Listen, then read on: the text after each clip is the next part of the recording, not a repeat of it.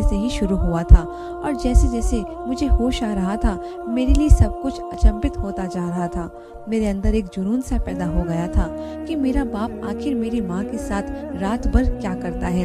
इस सवाल ने मुझे बेचैन कर दिया था। मैं 15 साल की हो चुकी थी और अब बहुत सी बातें अच्छी तरह समझने लगी थी। मम्मी का रोदा चेहरा देखकर मुझे किसी मजबूरी की चेतावनी लगती थी, लेकिन हैरत की बात यह थी कि जब मम्मी कमरे से निकलती तो वह रो रही होती और जब पापा कमरे से निकलते तो उनके चेहरे पर एक दिलकश मुस्कुराहट होती थी। उन्हें देखकर ऐसा लगता था जैसे वो बिल्कुल जवान हो। वो कुछ न कुछ गुनगुनाते रहते हैं, जैसे बहुत खुश हो। और मम्मी का हाल ऐसा होता था कि मम्मी पापा के कमरे से निकलने के बाद दोबारा उनके सामने जाने से भी डरती थी। वो उनका नाश्ता भी मेरे हाथ ही उनके कमरे में भेज देती। खुद सारा वक्त किचन में खड़ी रहती और आंसू बहाती रहती या तो बाथरूम में बंद हो जाती। मम्मी की हालत देख देख कर मुझे बहुत तरस आता था। मैं बस 10 क्लास में पढ़ती थी और नाश्ता देने